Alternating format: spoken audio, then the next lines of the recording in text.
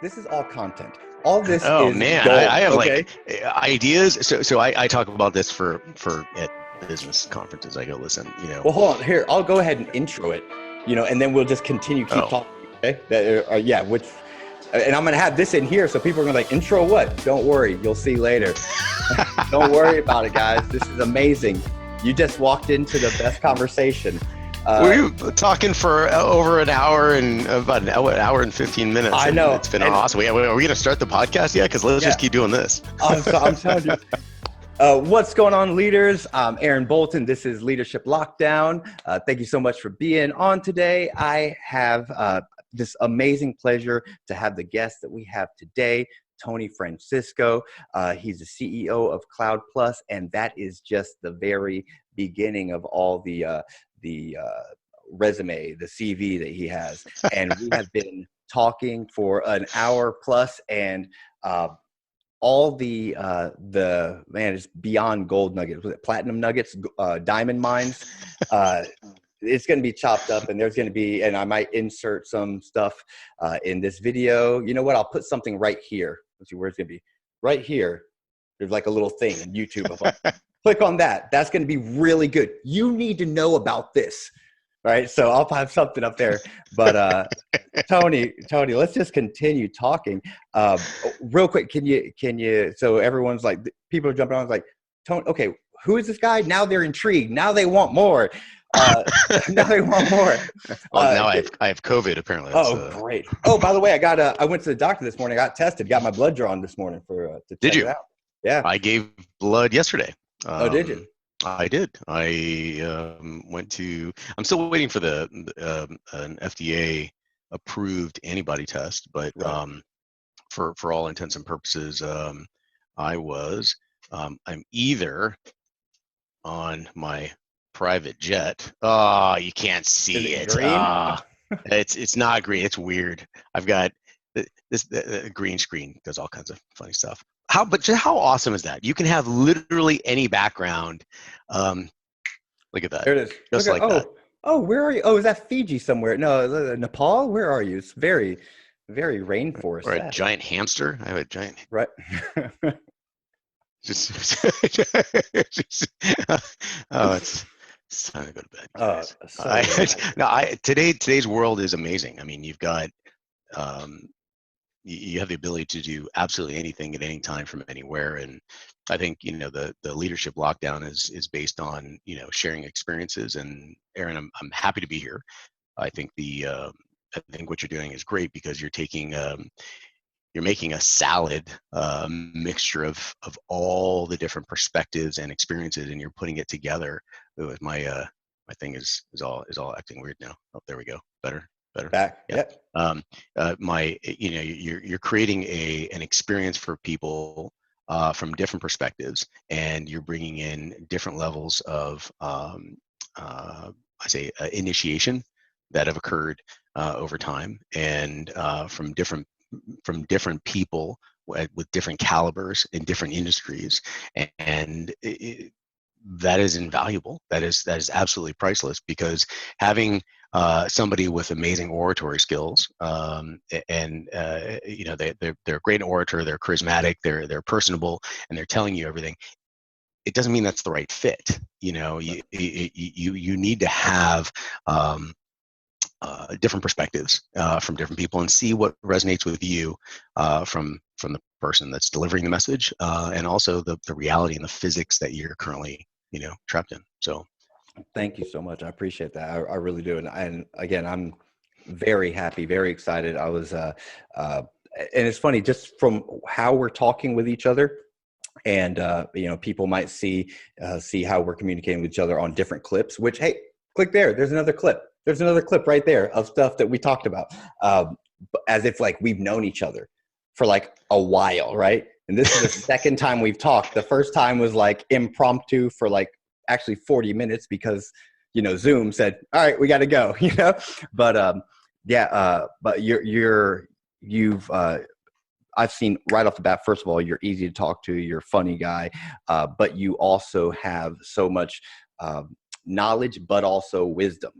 And that's really important. Just like I've been writing down all these. What's more than diamonds? Uh, I mean, You know, I plutonium. just call them Plutonium's got to be pretty up there. bacon bits. I refer to them as bacon bits. Like in the boring salad of knowledge that you take into your bowl every day, everyone's digging for that bacon bit or crouton. You know, everyone. And when you find it, you're just like, oh, it's just so good. So I don't know, little bacon bits. So one thing, I actually wrote this down, and so apparently Ed McMahon, um, he says like when people go to interview him, or before the interview, he doesn't talk to them, or he didn't, and the reason why, he would say, don't leave it in the hallway. He said, this is all gold, let's talk about it where other people can hear it, basically, right? And which kind of halfway agree with it. Either way, we're in a different technology age, so all these clips, hey, maybe another one's right there, of stuff we talked about. We talked for so long, but I wrote something down because you alluded to something, or I kind of, just the way that you were talking about how you could see these things happening. The four tenets. Where did I write that down? The four symptoms of a losing debate platform. That's right. So you were saying, you can see these things happening. Have you ever heard of inductive reasoning? Yeah. Okay, so absolutely. I noticed that years ago, that I'd be able to like just see things kind of coming along, just kind of picking up. And it's not deductive reasoning, being that you're at the end point, and then you're place that you're getting all the clues, and you're trying to find out how you got to the end point, right? Super important. Inductive reasoning is you're seeing all the clues, and you're able to say, this is going to happen, this is going to happen next. Or as you go further down the process, you're able to narrow down and say, one of these two things are going to happen. All right. And if this happens, then that means that's going to happen. So is that something that you say you've heard of it? Is that something that that you witness in your life, or witness the way that you like see things unfold, or think, or how you think? Because that's how I think a lot. I think, I believe that everyone has that feeling, and their intuitions are usually right. The problem with it is that it's difficult to filter out the white noise, and we've all heard the term, the wise old man. And the reality is that the man isn't really wise as much as, he's seen that before. And I use the analogy that any single person anywhere can catch a whiff of burnt hair and know exactly what that is. We've all smelled it before, and especially any guy that barbecues. You need to check your arm here. And we all correlate that with something negative, and it's a bad smell. It's it does not have a good. It's not nostalgic, All right. and so. Because we have that hardwired into us at some level, we know what that smell is and what it entails and the danger associated to it. The wise old man can name that tune in one note because they've seen this happen before, and it may be decades outside of our lifespan, but they've seen it before, and we equate that to wisdom. The reality is that you have what I call smart wise. It's the retention of factual statistical knowledge, and then you have intelligence, and that's the ability to process the knowledge.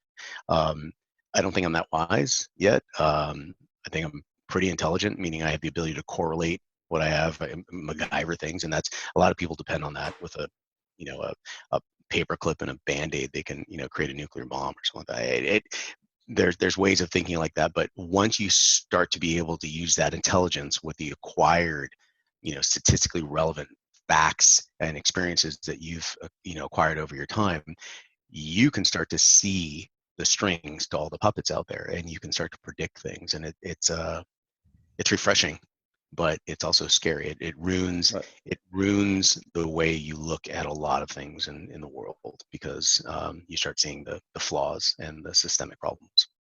Well, yeah, that I've definitely been a what's the word? A victim of that. It's a good victim, because no one really wants to be totally in the dark. But once you have the light shown, you're like, oh well, I'm glad I know that.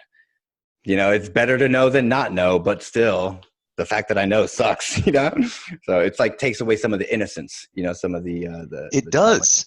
And in fact, innocent and the word innocent and the word naive can be replaced in almost any sentence. And Mm. does that mean that you're naive because you didn't understand something? Or maybe you were just innocent, you weren't exposed to it. And I was actually talking with my kids last night. They were just baffled. I said, "Hey, you know what the rest of the world thinks is really weird?"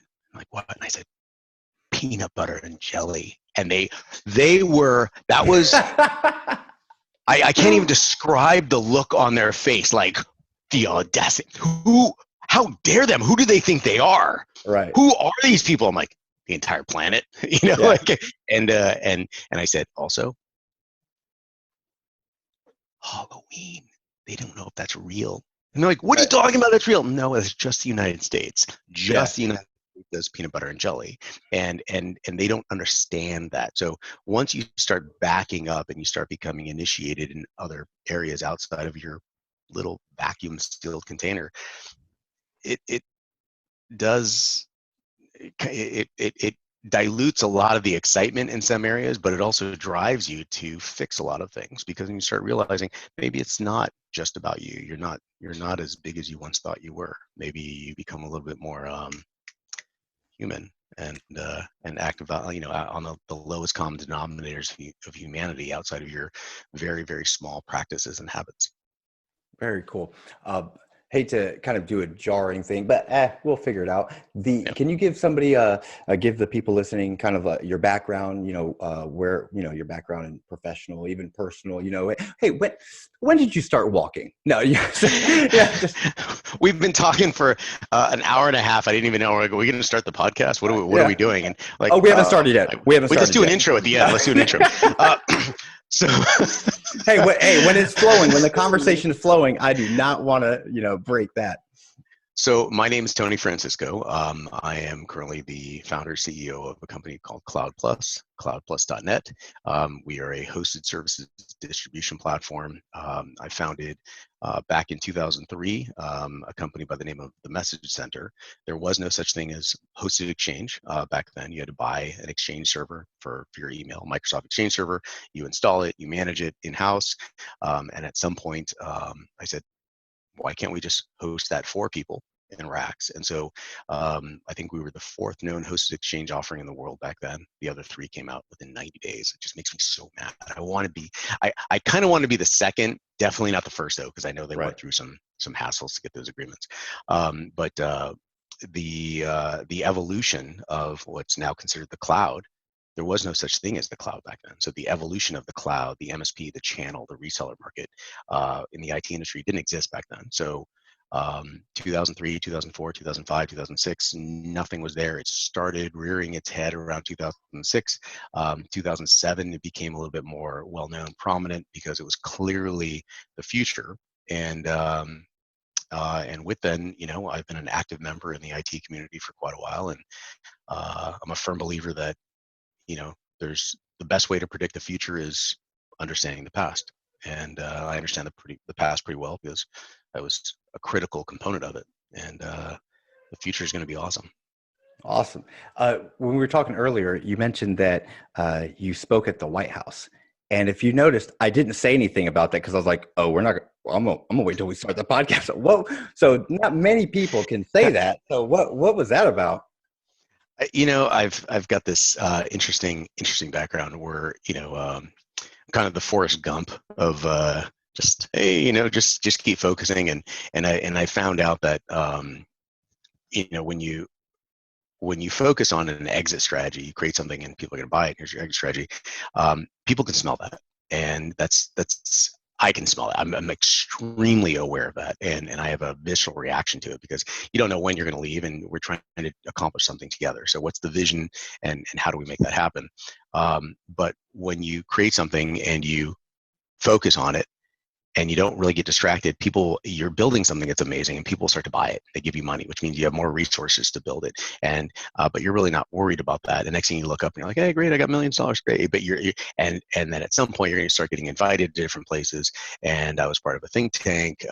There was, I think, 60 something people from from the region. I was sitting next to the CEO of um, Jabil Technology, was that 19 billion a year, executives from Microsoft and back then Yahoo, and this is during the Obama administration, and yeah, we were just talking about a variety of things, and and people were talking about repatriatizing hundreds of millions of dollars, and I'm like, I am clearly the comic relief in this group because these people are a whole nother level.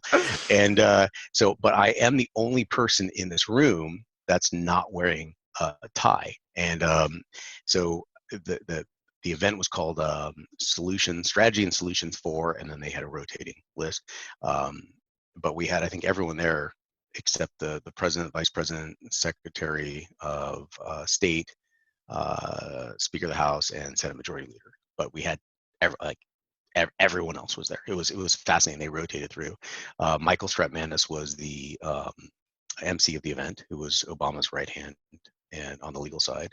And so I after about 3 hours, 3.5 hours, I raised my hand, and he says, Mr.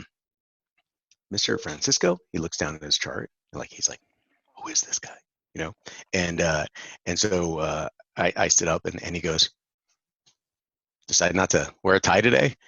And me, for those of you who don't know, I am very quick on the trigger, unfortunately. And I said, are you here for this, or are you here for this? Instant. Yeah. And you could see the bubble come out of his head of, what an asshole. Oh, am I allowed to say that? I don't know if I'm allowed to say that. So, and he goes, do you have a question? And I said, I'm already in the vein of, oh, are we going to be that way because you don't know me, you know all these guys. And I said, well, you're like, you coming at me, bro? You coming at me, bro? That's exactly what happened in my brain. And I looked up, and you've got this 40 by 60 foot screen behind them, and 8 people on the stage, and you've got this, all these people in the audience, and we're all asking questions. You're allowed 3 minutes. And I said, well, I see the title is Solutions and Strategy for, and I've heard a lot of questions and I've heard a lot of comments, but I haven't heard any strategies or solutions. So I'm just wondering if I'm in the wrong venue. That was not a good. That was not. Chirp, that chirp, was cricket, cricket. That was equivalent to me just urinating on everyone around me and not caring. And it was a very, very tense moment. And he looked at me and he goes, do you have any solutions? And I said, well, do you have any problems? And he goes, yeah, we're talking about taxation. And I said, okay. And so I came up with a tax solution, of how to create an IRS 2.0 that, has a scalable tax. Now, I said, keep in mind, I am by no measure, I'm a 5-year-old talking to a college professor. You guys know this much better than me, but I'll throw noodles against the wall, see what sticks, and you can evolve that. But there's a direction. I don't know the depth of the intricacies behind it, and there may be something that completely undermines, the concept. But I know that what we currently have is not autonomous, and it is definitely not scalable, and it is extremely inefficient. So here's a path for that. And so my 3 minutes was up, and I stopped, and he goes, and he's talking, and he's whispering to the guy next to him, and he goes, do you have any other solutions? I go, do you have any other problems? And he goes, we were just talking about, immigration and citizenship before that. And I said, oh, so I went off on that. And at this point, I think I was up there for a total of 11 minutes, and the little light, he told them to shut the light off. And so I went through taxation, immigration, citizenship, I can't remember the third topic, but it was so Michael Stratmanis and I actually kept in contact privately after the Obama administration. It was amazing. It was out. He took me out to dinner, just me and a gentleman, to an Indian dinner. We just sat down and we were eating amazing food, and we were talking. And I said, hey, that I'm not on your team. I'm not on anyone's team. I'm extremely progressive. I like to evolve things. And he goes, that's exactly why we're here. And I said, I love that. That actually made me feel good. I don't wear your jersey. I don't wear your jersey. I don't wear your jersey. I do what's right. And I don't care what, the political side of it is. And everyone says that, but they haven't actually thought it through. And They tend to gravitate towards more their, their personal interests and practices. So anyway, so that was my. Oh, by the way, Facebook Live. I was actually Facebook Live walking through the White House by myself, walking into the bathroom and commenting. And yeah, Nobody. it was. I guess I shouldn't have been doing that. I was just walking around just randomly, and I'm not talking about the White House where the tourists go. I'm talking about like underneath. And yeah, it was a very well, surreal experience. well, I'm sure you as long as you act as if no one people a lot of times people won't question. You're like, oh well, I guess he's supposed to be. No one else is stopping. I'm not going to be the weirdo that stops him. Man. Let him I got some go. strange looks. I got some strange looks, and then I just walked back. It was an interesting experience. But that's one of those experiences that really affirms that if you focus on what you love to do and continually research on how to evolve it based on a variety of perspectives. Don't just focus on one. Don't stick yourself in an echo chamber of one particular train of thought. Look around you and figure out what people are doing and try different things. Figure out what breaks less, and maybe you can extrapolate 1% of the positive out of each of these things. If you try 100 things, you just frankly, just statistically speaking, achieved a 1% from each, 100% improvement. Hmm. So, I guess that's the Thomas Edison said 14,000 ways to not do a light bulb. Right. So, Well, I mean, one of the biggest things I got from that story right now is that, I mean, it just talking to you, I mean, it just makes sense. I mean, it's clear to me you're someone of action. You said before you don't like slow walkers, slow talkers, or name droppers, right? And I'm telling you, I write things down. I you remember. actually write this stuff down. Oh man, I'm telling you. Look, you said before, it's not the new idea. Look, I'm a thought thief. Okay, not that but I'm going to make Plagiarize it with my pride. own. Take it all. Plagiarize with pride. Yes. I mean, You're going to write that down? plagiarize. Yeah, yes, I am. I already wrote it down. Yeah. You said it earlier. Plagiarize with pride. Yeah. So, but one thing, what gets me, or what stands out to me is you saw that, okay, we were here for a purpose. We're here for a purpose. It's up on that board. Solutions, strategy, and solutions. Mhm. No one else is talking strategies and solutions. You already felt, you're like, all right, well, I might be a little out of my league. However, no one is, can we just get back to doing what we're supposed to be here and do? And I think so many people are fearful of that. What are they going to think of me? Am I going to say something wrong? You helped that situation greatly by just stepping up and saying, hey, let's remind everyone what we're here for, why we're here, strategy and solution, or I'm wasting my time. And if I'm wasting my time here, then I feel like I'm going to waste your time here, and I'm sorry, so So one of a classic, I use inappropriate terms a lot during serious situations, and because it helps lighten the mood. And very, very large conference call with a very, very large company in Washington that I won't mention, but there were 6 executives, and I was the only one that was back at the time. I was in San Jose, California. No, I was living in San Francisco, and the there was a lot of pause and delay, and I said, hey, can we just get the turds out on the table?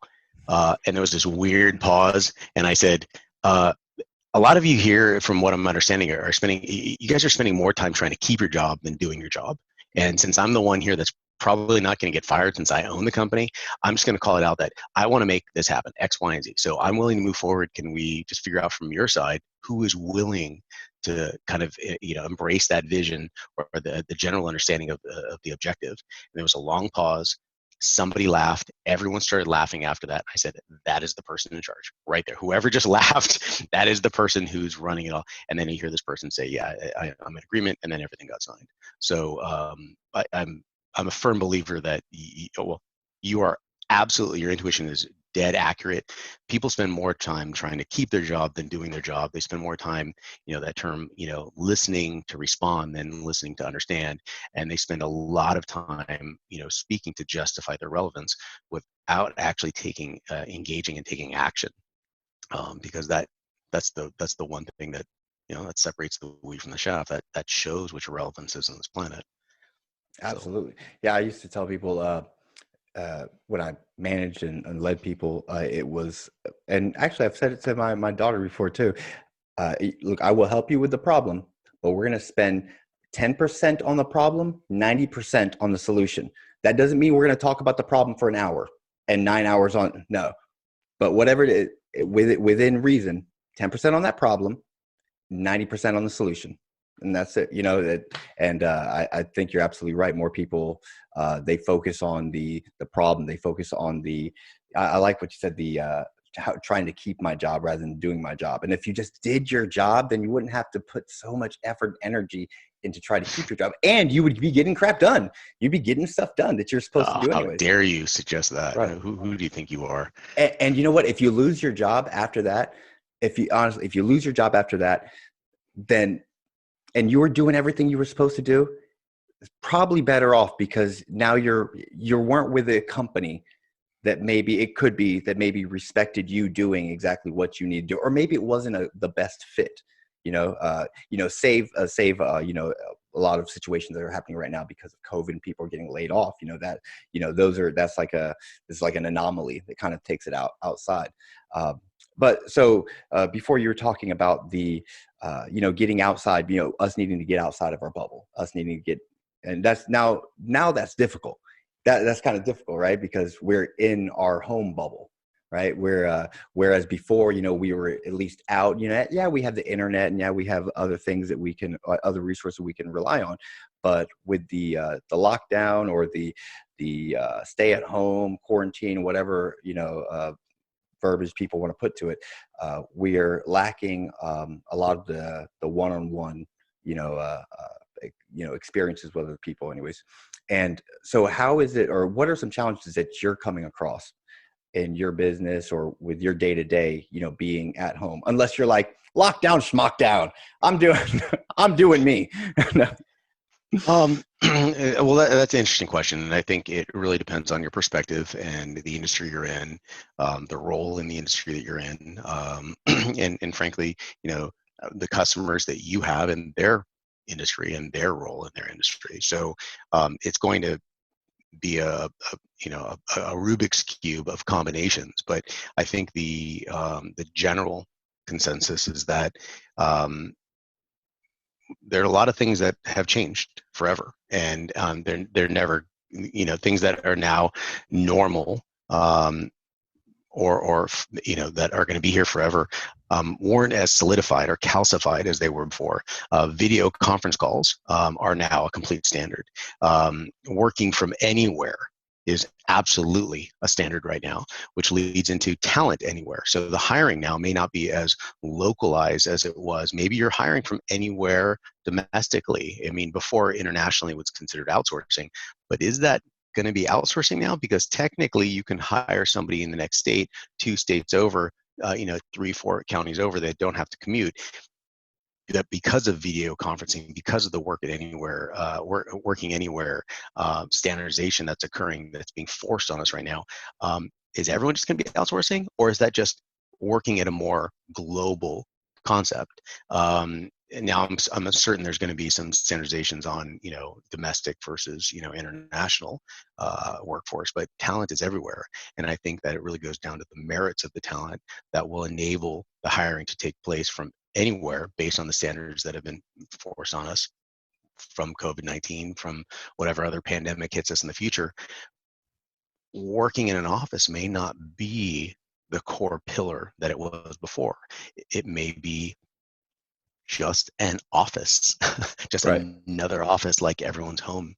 And so I'm really curious as to how people will snap back to the norm of before, and if they do that, will that snapback be forced on hey, we got this office, we have to use it. Right. So Right. my prediction is that there's going to be an engineered obsolescence to those offices, or a downsizing drastically, retaining the same workforce with the ability now to expand that workforce outside of the localized restrictions of that physical office. Yeah, and so I can see employees you can see that, take that two ways. Oh, wow, now the competition is much larger. It's not just my local competition, the competition, but also it's not happening locally. It's happening across the United States, happening across the world. So that means that other companies are looking out too, and could The be pie looking just for. got bigger. I mean, your Yeah, slice, you could think people are encroaching your slice, but the pie just got so much bigger. I right. mean, you don't have to hire your project managers to come into your office anymore. And everyone conceived that before, and there were some remote workers, but now everyone's going to be a remote worker. And the thing that was restricting that was you didn't have the operational underpinnings to support those those remote workers the way you did before. You didn't have the tools, the video conferencing in place, and most importantly, you didn't have the policies to enforce that. What are the key point indicators that the KPIs that people need to achieve to keep their job? Because out of sight, out of mind, that is the fear of working remotely before. Hmm. Well, that's a standardization now. So Right. those KPIs need to be in place. Those operational, those tools supporting those people connecting into a centralized location have to be in place. The policies that for using those tools, we've all seen the videos of the inappropriate etiquette while using these tools. Those policies will be enforced, and they will not be a joke. The not putting mute on your video conferencing is exactly the same as replying to all in Right. email. And everybody knows the reply to all. Okay. Oh crap, I shouldn't have done that. Well, you know what? Guilty. Yeah. We've all done it. We've Yeah. all done it. Everyone has done it. But now not having mute on while you're in an argument with your significant other, or your dog's in a fight with your other dog. I mean, that's just bad etiquette. Yeah. Figure out how to dance around that and automate that, that usage to where it's just muscle memory. But those are things that were restricting us. Those are things that are going to be enforced on us. Those restrictions have now been imposed on us. Um, those use cases have been imposed on us, and the restrictions that we had before are almost dissolved entirely. I think they'll be put back into place, or we'll be reminded of them after everyone has to go back to the office. But I think there's a natural evolution of us slowly but surely diluting all of those corporate offices that everyone was restricted to previous life. Yeah. The I like to. I mean, bad things are going to happen. By we even if we can't help bad things from happening, right? Uh, but what I like to do, since these things do happen, I like to look at those positives, right? The positives that can come from it, and I try to look at those immediately. As quick as we start seeing the negative, I start trying to look at the positives that come out of it. Yeah. And one thing I've noticed is it's making people like real. Like, if you're, for instance, if let's say you work, one person on a team works remotely, and then there's a weekly meeting or project meeting, conference happening, that one person had to remote in, and everyone else is in the conference room, right? Well, Mhm. that person's life, their professional life, is at their home, so it's all together, right? Yep. And they have it on mute, or maybe they're in the middle of talking, and in the middle of them talking, you hear the dog barking, you hear the kids screaming, everything, and they're like, I'm sorry. That's their life. And previously, I can see where people in the office, they'd maybe roll their eyes, and but now everyone's getting a taste of it, and it's making people real. It's bringing it down to a human level, where, okay, I'm here, and we're all in this Zoom meeting, and now I'm talking, now my kid's screaming. Okay, I see. Well, but everyone has those situations that go on, I and think I it's think it's a huge margin, but those policies still have to. Those policies are not just corporate policies. The policies of are here's when I'm going to work, here's where I'm going to work, here's the I mean, here's the background of what I'm going to have behind, so I don't have. If you have kids, you know what, don't have diapers out. There's a certain level of right, professionalism. You have right. no idea that I'm not wearing underwear and anything underneath the shirt right now. You have no idea what I've got under, but it should look nice. It should Right. look professional, because this is the visual representation of who you are and your environment. So even though you may be in a broom closet, make it look professional. Keep it at Right. some level. Do the best that you can. Granted, there's a margin of error that is drastically, um, uh, we'll call it established, and it resonates with everyone. Right. as opposed to before that margin of error was zero. Right. But you still have to have those policies in place at home. You have to trade with your significant other. If you're going to both be on conference calls, you have to understand that your kids are there. Hey, try to cut down on watching Netflix and everything while I'm, on a video conference call because of bandwidth issues. Hey, don't get on my computer that install something because it's a work computer. And there's so many policies that need to be put in place that I don't think we've even scratched the surface on yet. Right. But that goes back into the policies and the etiquette that are going to be forced upon us. Yeah, I think those are extremely important. I think I was more just seeing that now that we've all, or so many people have been able to get the taste of that, I think it's more of an understanding like, okay, it's, and the reason I say that, and the reason I think that's important is when people are comfortable and they're comfortable with maybe their setting and where they're conducting business, then they become more human. They become more real. And when you become more real, it's genuine, and you get better conversation with the person you're talking with. So I see that as a huge positive that's coming out of this. I think it's going to be a great transformation for companies, for business. Maybe it is.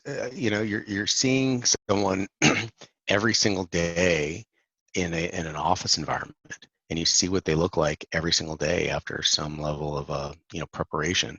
Maybe seeing them in a different light where they're not done up, Right. where they don't have the nicely fitted clothes with Right. the hair done, the makeup, or whatever's being done, preparation going to work.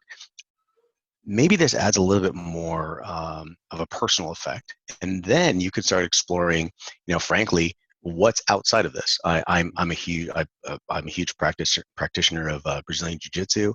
That's kind of my life. I do that on the side. Between computers, Brazilian Jiu-Jitsu, and my amazing family, that's kind of who I am, and I like to Right. build stuff. That's so. But people don't see anything outside of maybe computers in a work environment, and when they start to see these other levels of the spectrum of who I am, it adds a whole nother dimension and depth to the person that they're talking to, which makes the conversation, the transactions, the dialogue easier to consume. And maybe you don't have to do work all the time.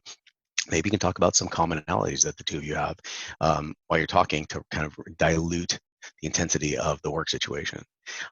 It makes working fun, and Right. I'm a firm believer of that. So I usually ask towards the end of the podcast, end of the conversation, well, do you have any additional advice? And I'm going to ask you that again, but you've given so much good advice, and you really have, and you gave some advice just now that it's funny that all the other people I've spoken to, and I haven't touched on either. No one's really touched on, which is, you can take it upon yourself while you're at home. You don't have to wait for the standards.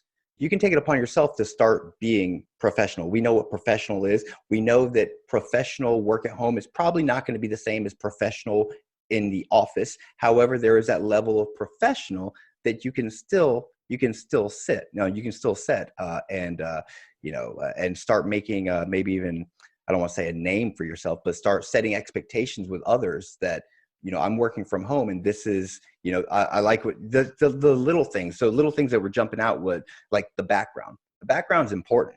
The background's important. It takes away distraction. It doesn't distract people. It's especially if it's we've all seen I don't know if you've seen the news reporter at his home. He's trying to give With a kid. Oh, that's the best. No, with the cat. He was up on a piano, and the cat's hind leg is up, and the whole time the cat's licking himself.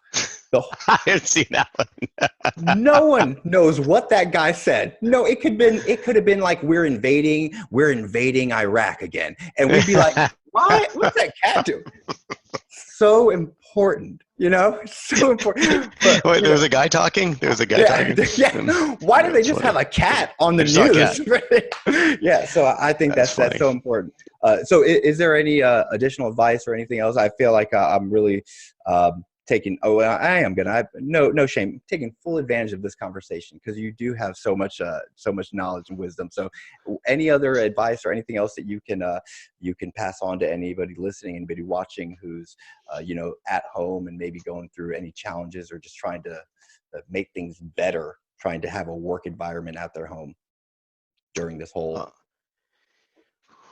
That's a tough question, because there's so many answers to that. right. And I've milked you with I have, like, you were talking, I don't think you realize how much I didn't really realize great you were stuff. recording. I'm like, are we recording, or we're not? Oh yeah, Or we're on the sorry about that. podcast. Okay, Yes. Sorry I about was just that. having a great time talking with you. I think the general, if you're working at home, because we have two different perspectives. We have hey, you're working at home, you need the tools. You need a headset.